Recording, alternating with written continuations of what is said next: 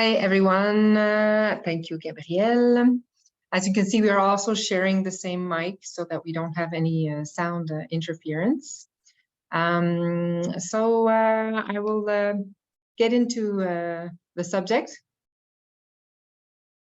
So welcome to the IRP webinar. Just to let you know the contents of the session today. So we're going to talk a little bit about the context, the target audience, the objectives, about eligibility, either for organizations or expenses, obviously the funding criteria, and especially the application process, which will be starting next week.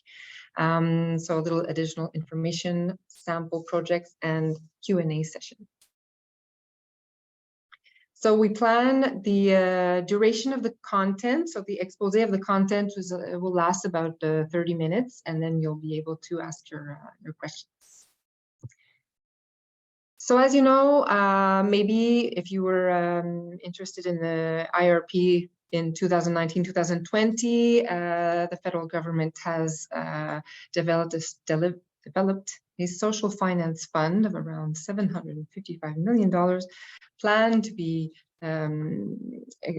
executed over 10 years. As far as I know, this social finance fund is not yet active, but I think they're working on it. So the finding at the level of the federal government is that some organizations were or are not investment ready and lack the capacity to develop their readiness to access this eventual social finance fund. So the solution is this Investment Readiness Program, so the IRP, which offers 50 million from now till March 2024. Which was the same amount in the 2019-2020. In this 50 million, it's between 4 to 6 million that are destined for the Quebec province.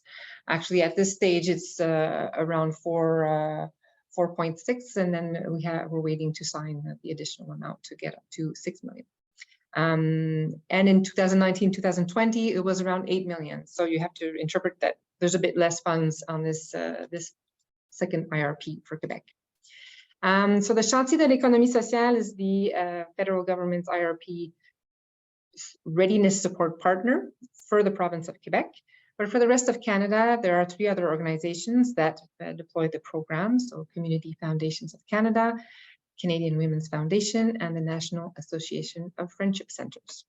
There's also the Foundation for Black Communities that is involved in partnership with the Community Foundations of Canada. In Quebec, the IRP is managed by an advisory council composed of 14 organizations. So the advisory council pretty much establishes the admissibility criteria and basic process. Then there's the funding committee, who is the committee who decides on the projects that will be funded. Between both, in the process that we'll see a bit later, there are a group of analysts that deep into the detail of each project. So the target audience for the IRP is an organization with headquarters and operations in Quebec. So any organization that has tried to apply maybe to the other IRP partners in Canada were turned towards us because the IRP in Quebec has to go through the Chantier de l'économie sociale. So organization in Quebec with an entrepreneurial project in mind that meets the needs of a community or a sector. And you need funding for this project and are aiming to make it attractive for other investors. So as the IRP says, it's an investment readiness program to attract bigger funds and other investors. So the IRP, the objective is to prepare your organization on a technical level to take advantage of procurement and investment opportunities. So after the project, we expect organizations to be better equipped and ready to attract new investments that will allow you to increase the impact of your social mission. So anyone who was close to the IRP in Quebec for the first version of it, or the pilot project in 2019-2020, will be able to see that the program this time around has not changed very much. So in terms of eligibility, the organizations are either nonprofit organizations constituted according to these three different laws or acts. Organizations could be a cooperative, different types of cooperative. It could be a mutual, could be, and also a private for-profit company with a social or environmental mission, or this private for-profit company in which an organization or cooperative holds the majority of voting shares. If I come back to the private for-profit company with social or environmental mission, there are rules to be followed. So this company, the entire mission must be based on meeting one or more needs of population or community. And you must, the profits generated by this for-profit company, 60% of the net profits must be redirected towards the social objective.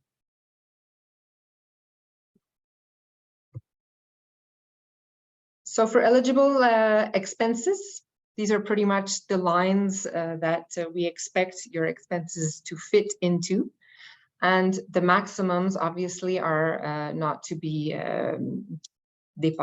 passed. And in this case, these maximums is in the case of a project of less than $100,000. So you have different types of expenses in terms of specialized support. It could be services by a qualified professional who acts as an external resource selected by the organization on the basis of a detailed service offer. It could be the cost related to customized support, participation in an incubator or an accelerator. In terms of studies and professional services, once again, it could be consultation fees for funding of studies. So study could be an organizational diagnosis, cost analysis and implementation of systems, market research, technical studies, business plan, marketing plan, development plan, financial forecasts, or any other kind of study that would be relevant to the project. In terms of human resources, so this is HR resource that is dedicated to the IRP, so the project, the IRP project. You could also include production of prototypes, travel and representation expenses, research and development is a line accessible for existing social purpose organizations that do not receive any tax credits or subsidies for this purpose. You can also submit expenses related to the development of your organization's project, acquisition of technology, software, packages, or patents. So the additional information here is, so this is concerning a project that does not exceed 100,000. And for all of the projects, the IRP may fund up to 80% of your financial package. The remaining 20% must come from other sources of funding. And there's a 10% that can be in cash or in-kind contribution from the organization. So in the case of projects that would, that would be bigger than 100,000, the total of 100,000, this is the possibility. So we have two funding processes, one for the projects of less than 100,000 and another one for projects between 100,000 and 250,000. And so these projects would be admissible on an exceptional basis in the case of structuring projects. And we'll come back to what we mean by structuring projects. So the funding criteria, you'll find all of this information obviously in the application guide that you can find on our website. So obviously the social purpose is very important in the analysis, and it weighs 50% of the total mark. And then you also have the nature of the organization and the finances that are analyzed in depth. And this is pretty much the same funding criteria than from the first IRP in 2019. So now going to the application process. So even if you're more interested in the application process for projects between 100,000 and 250,000, please listen carefully to this application process, because this is the sort of the second step for the bigger projects. They have a preliminary step before this one.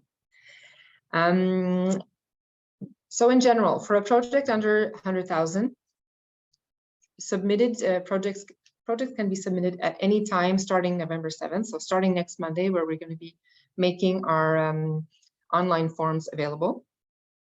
We've established, this time around, we've established a limit date of February 9th, 2023. So any project submitted after February will be on a waiting list. This being said, these dates are established to give you some kind of idea, because on our first experience, there was no end date because we didn't know how fast projects would come in and how fast the funds would get distributed. So there was a lot of frustration, and at the end, when funds were all distributed and people were still waiting to get a response. What we expect from this time around is that it's probably going to be the same experience. Projects will come in very quickly. Funds will get distributed pretty quickly. So please do not wait till February 8th to apply, because these dates are established because we wanted to set some kind of a timeline, but the process is a first come, first analyzed process. So we do recommend you do not wait before sending in your application.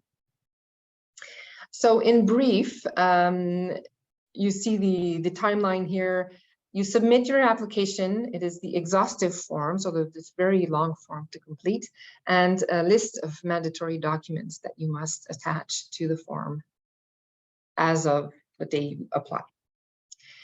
The analysis of the project in this graph seems a bit short, but actually is the longest period that we have to plan for. And this analysis is in 3 steps. The first step is the eligibility that is done in the internal level at the chantier. After we determine that your project is eligible and complete in terms of documentation, all the answers have been replied to. We send all the documentation to a group of analysts who take time to thoroughly go through all of the details of the project to make sure and to be able to evaluate according to the evaluation criteria that we showed previously. After this thorough analysis, the documents are sent to the funding committee, and in the end, it's the funding committee who decides which project gets accepted or refused. Honestly, on our first round in 2019, few projects got refused, but it's still the funding committee in the end who decides, and it's not the analysts. The funding committee goes through everything again and decides. They may put some conditions for the execution of the project. They have their word to say in that step. After this step, you will get a response, so either an offer of funding or a refusal. If you get an offer, the next step is to sign a contract, to sign an agreement.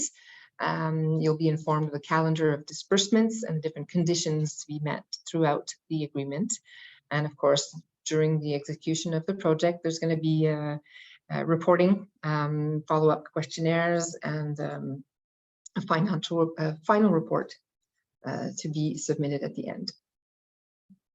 So to give you an idea, between the time you deposit the project and the time that you could plan to start your activities, we would want every project to at least calculate a 4-month waiting time.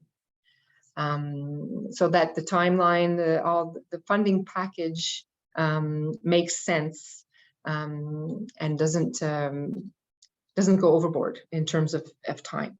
So if you calculate 4 months, if you apply in December, then you would calculate that your activities would start sometime in March.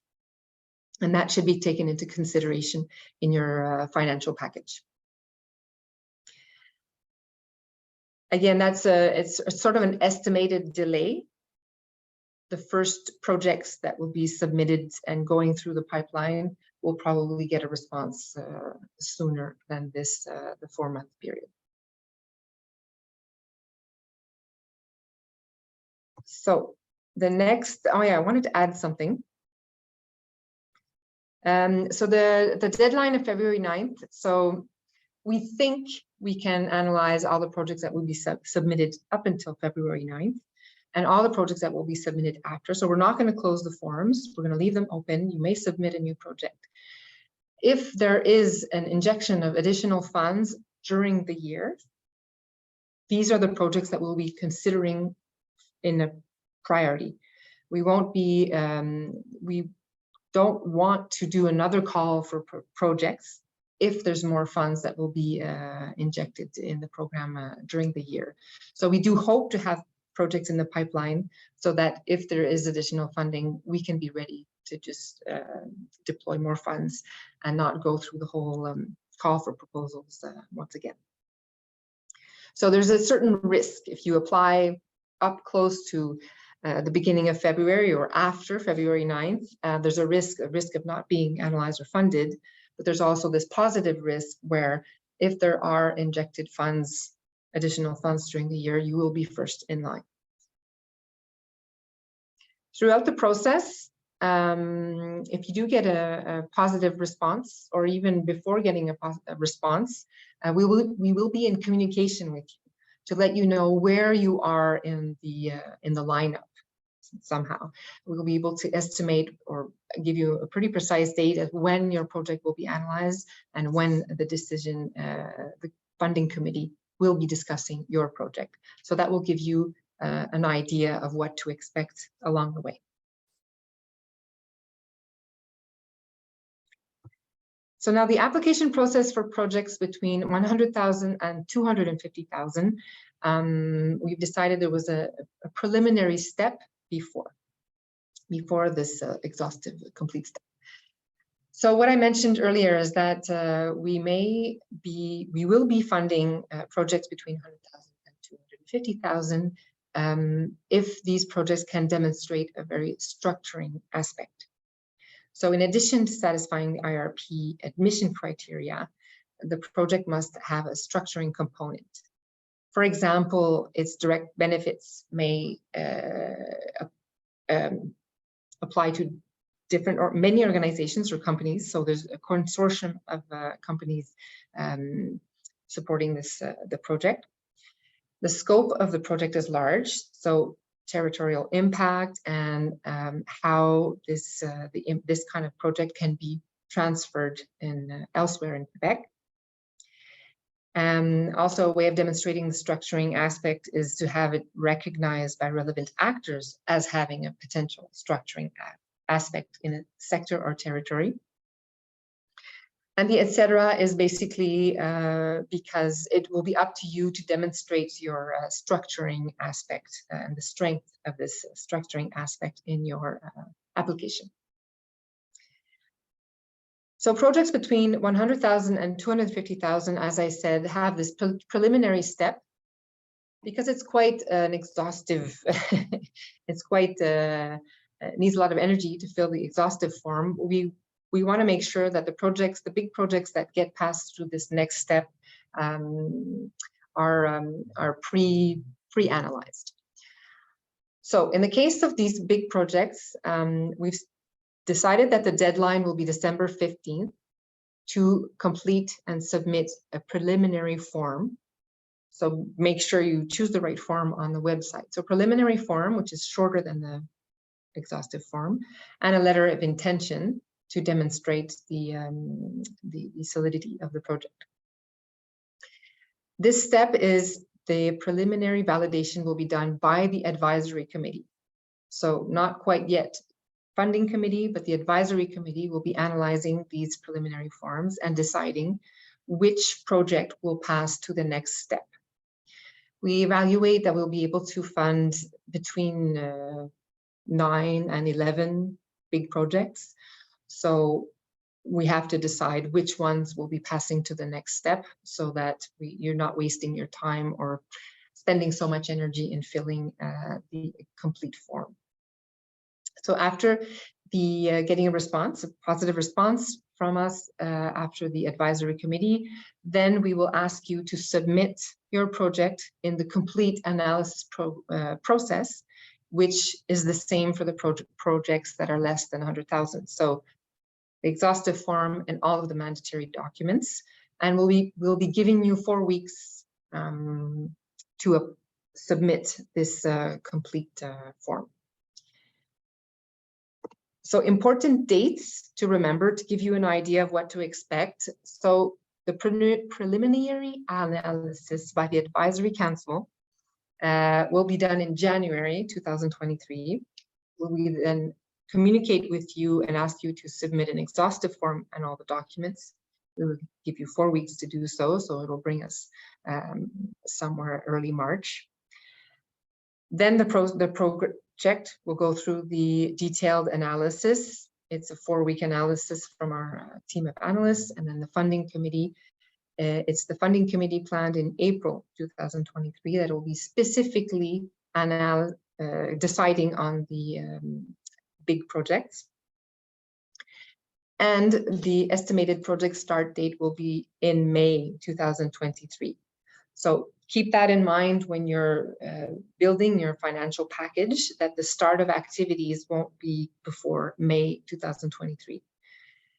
And for all projects, even the projects of less than 100,000, the end date, the end of activities will be mid-February, so the 15th of February 2024. And the rest of the time after that date is for reporting, sending in all your questionnaires and reports, and completing the financial reports as well. So backing up a little bit, again here, we do expect to have projects on a waiting list. So once again, if we do have injection of additional funds, we will be picking in the waiting list to be able to be agile in deploying these new funds if they were to come towards us. So some additional information. So everything is to be done online, submitted online. All of the documents can be uploaded in the form. We have made Word versions of the forms available on our website for reference. If you downloaded the Word version before last Friday, you will notice that the online form might be slightly different. We did make some adjustments during the week, but if you've downloaded the Word version since Friday or today, for example, you pretty much get a pretty exact portrait of the online form. So obviously the Word version is for you to be able to type in your answers, get them ready so that you can copy and paste in the online form when you're ready. If you do have surprises in the online form and need to take a pause and return to the form later, you can do so, and the data will be saved for 30 days maximum. So after these 30 days, if you haven't submitted your form, the information will be lost. You will receive a confirmation email once the form is submitted. And applications, as I said, will be processed on an ongoing basis. So as soon as we have a complete form, all the documents are there, and the organization is deemed eligible and the project is deemed eligible, projects will go through the pipeline, and you can plan to start your activities 4 months after the project submission. And as I think Gabrielle said, or as you noticed, the webinar is recorded and will be available, so you can listen to it again, or for people who couldn't participate today. We have a couple of example projects to give you an idea. So here's example number 1. My organization has been active in the tourism sector since 2002. We have the will to set up a project that will allow us to tap into a new niche. On the other hand, before setting up the final project and looking for other sources of funding, we must do a market study, do a feasibility study, hire a person for the coordination, and computerize one of our processes. Is my project eligible? The simple answer here is yes. You can request up to 100,000 for expenses in studies and professional services, human resources, acquisition of computer equipment, and the acquisition of software. Our example number 2, my organization wants to start a project in 2023. We currently need someone who can dedicate themselves to setting up the project. Is it eligible under the IRP?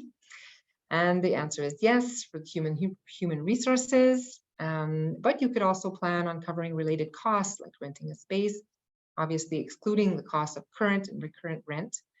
You could also plan for computer equipment, telecommunication costs, supplies, and other operating costs. So those are 2 examples. If you need to reach us, the best way to do so is by email or by phone, and we'll be very active on the phone in the next couple of days, even in the next couple of months, to answer your questions. If you need to make sure you're eligible or how to organize let's say the expense lines, you can contact us and we will guide you as best we can. So just before going to the question period, I hope all of this was relatively clear. So as Gabrielle mentioned earlier, Gabrielle and I have been working at the chantier for about a month, preparing for this webinar, preparing for the launch of the program next week, the official launch when the forms will be open. We do hope to be able to answer your questions. Because we've been here for such a short time and we were not part of the first round of the IRP, there are some questions that we might just not be able to answer. We will probably ask you to send us an email so that we can get in touch afterwards and go into more depth or detail of your question. So today, we would really like to focus your questions on the processes, on the different steps. If you have questions more specific related to certain eligibility of certain costs or your specific project, those are the types of questions that we don't feel that we could analyze live with you. We will need to tap into different internal resources to get the most complete answer for you. So if you can please ask questions about the different processes. You could also try asking your questions about the eligibility of certain expenses, and we'll try to do our best to answer. And if not, we'll get in touch with you in a different time. So I will let Gabrielle manage the questions. I think she'll be taking some questions from the chat, and then some questions could be asked live.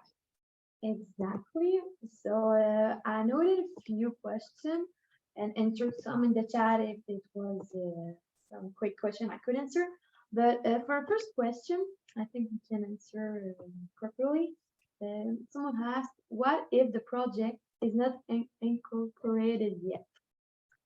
And can the project be fiscally sponsored by a support organization to enable them to be eligible? But with the first question, I can for sure say that yes, a project, even if it's not incorporated, it can apply to the IRP. There's no problem about that.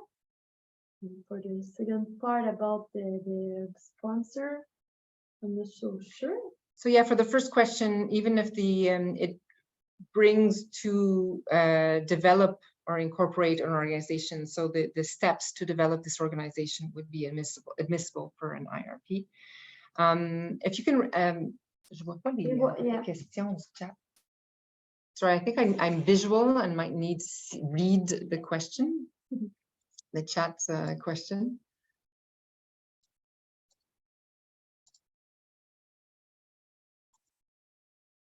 Ouais, je vois pas l'autre question là.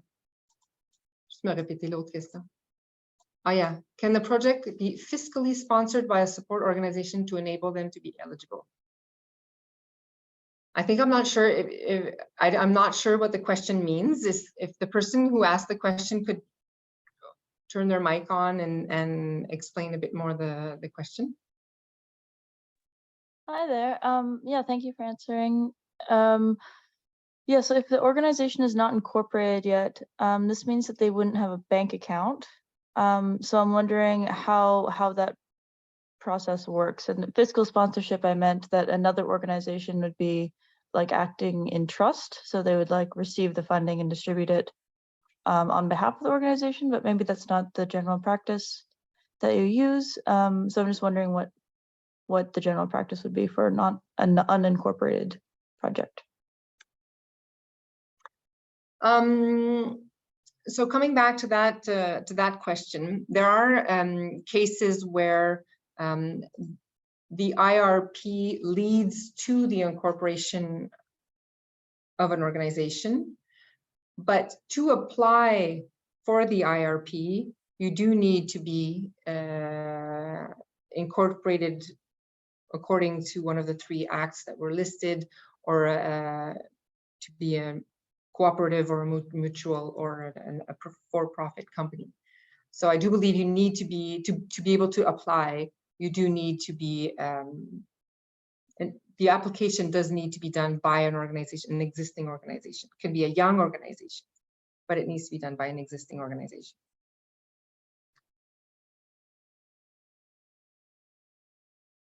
Okay. Okay, if there is no more question about that, we can skip to the next one. So we have here, from which date are the expenses incurred eligible to be considered part of the project expenses? Very good question. So when you receive a positive response, we'll be sending you an agreement to be signed. In this agreement, you will have a project start date. So the expenses can be incurred and funded by the program from this project start date. So it's not the date that you submit your project, it's the date around which the agreement will be signed.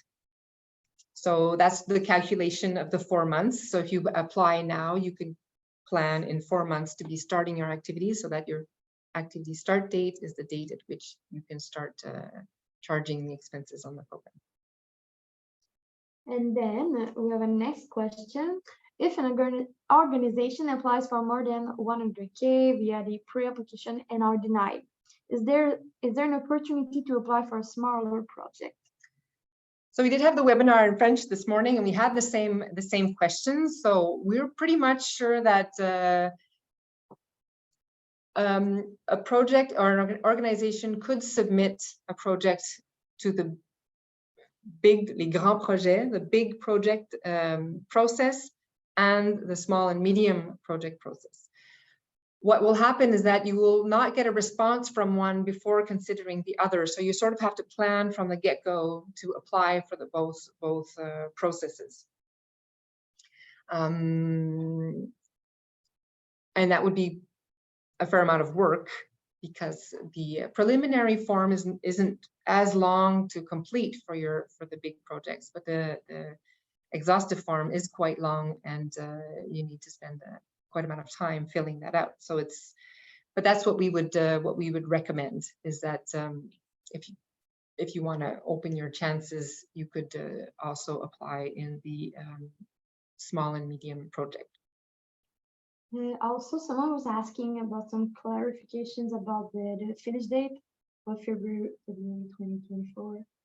Yeah, so the same question. The activity start date will be depending on when we're ready to give you a response and have you sign an agreement. But all projects must end by February 15.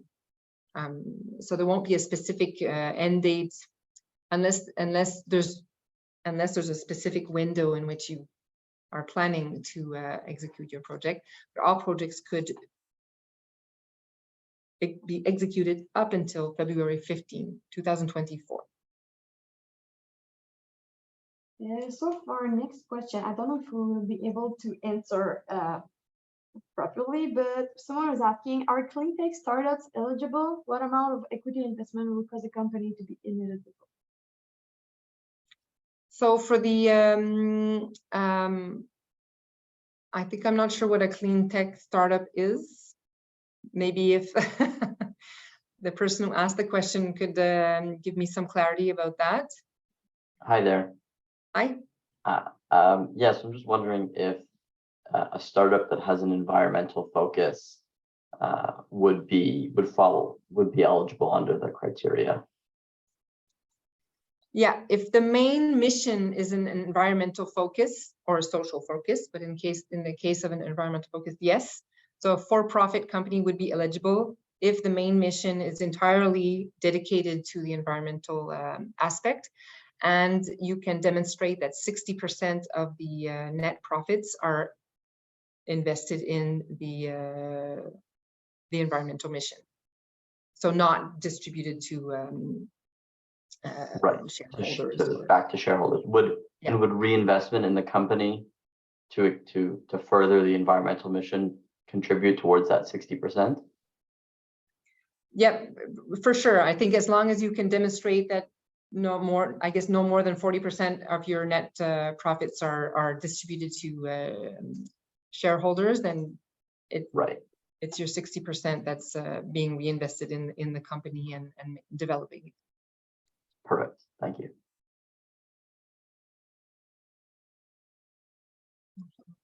Okay. And then someone would like some clarification once again about what we mean about costs related to renting from the examples from the expenses. Yeah. So if you that's a good question. So you can hire a human resource to manage the IRP project, and if you need additional space for this person to work, so this additional space that is dedicated to the IRP could be admissible expense in the financial package. I do find it's a good question, though. I would ask you if you can, or maybe we would add it to the FAQ. But if you could, no, I guess we'll add it to the FAQ to add some examples of how the rent could be admissible expense in the financial package. The final question that we receive is this one. How is the funding disbursed? Yeah. So once you sign your agreement and complete the first questionnaire, so we do have a lot of data that we collect throughout the program.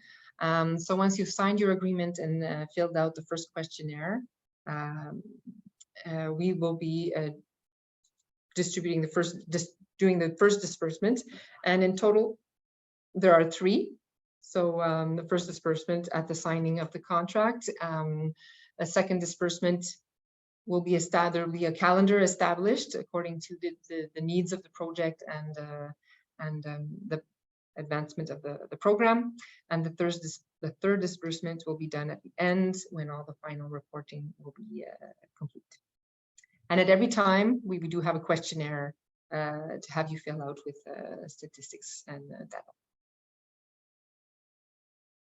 Is there any more questions that we didn't answer?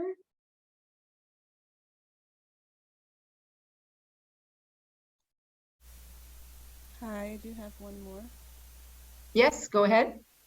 Hi, so if you've applied before during the pilot and you'd like to apply again for this one, are you eligible for that? Like, can the work continue?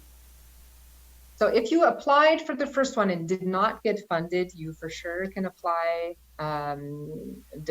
with the same project, a different version of it in this second round. If you received funding in the first IRP from the chantier in 2019, 2020, if you received funding of less than 20,000, no, c'est quoi ça? No, c'était pas ça. Sorry, if you received funding, any amount in the first IRP, you may submit again to this IRP, but it must be a whole new project. So it can't be the continuation of the first version of your project. We know that many projects are in different stages. They would probably need some more funds, especially if you weren't ready for a bigger project at the first round. But this has been established, decided on by the advisory committee. So it must be a completely new project. Okay, thank you. Perfect. And then we have a question from Jean-Christophe Mortreux. Oui, bonjour, merci. Sorry, yes. So I have just a few questions, if that's all right. Yeah. So if I understood your answer about the disbursements, does that mean that you refund expenses? So like the organization needs to have liquidities? Well, the first disbursement is done at the beginning. I don't have in mind the percentage of the total. If I'm looking at Gabrielle to see if she remembers I think it's what the 40. I think there's 3 different disbursements. disbursement. Yeah. I think the first one is 40%, the second another 40, and the final is 20%. But I will have to verify. So for sure, the last one is less, and it's the amount that it's conditional to filling out the forms and giving in your financial and final narrative reports. So hopefully the disbursements will cover costs and you won't be advancing the costs too much in advance. But yeah, so Okay. what Gabrielle said, sort of maybe 40, and 20%. Something Okay. like that. Okay, great. And just if I understood correctly, it's maximum 100 from the IRP. Yeah. And so like another 20% has to be in kind. So it's around, let's say 120 or something like that max project cost.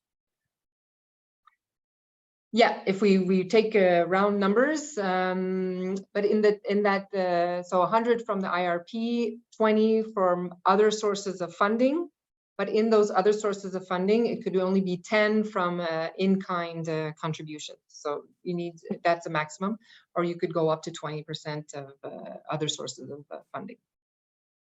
And for that extra, like, let's say the 10% that's not in kind, how is that, like, how does that let's say we have a partner that might put that amount, but it's not firm.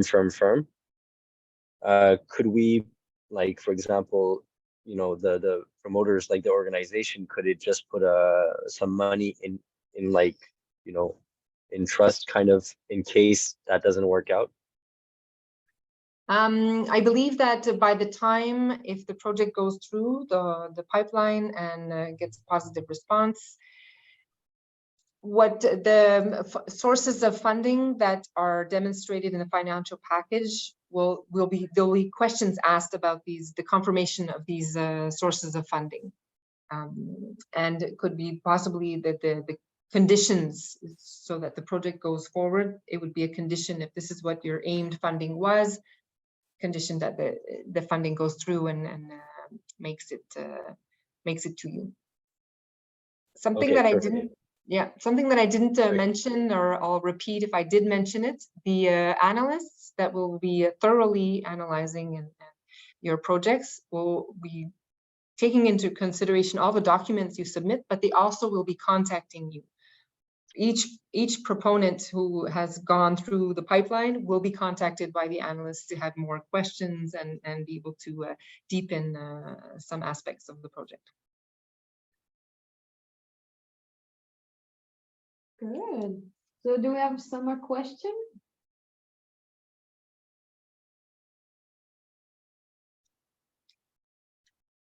I think that will be all. So if you don't have any more questions, we thank you very much for being here today. If you need some clarity or you need to verify the validity of your project for the IRP, feel free to contact us at the ppi@chantier.ca, or you can call us on a phone line.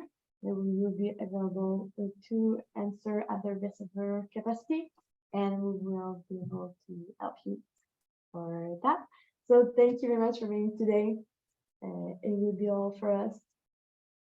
Have a great day. Thank you Merci. all. Hope to hear from you.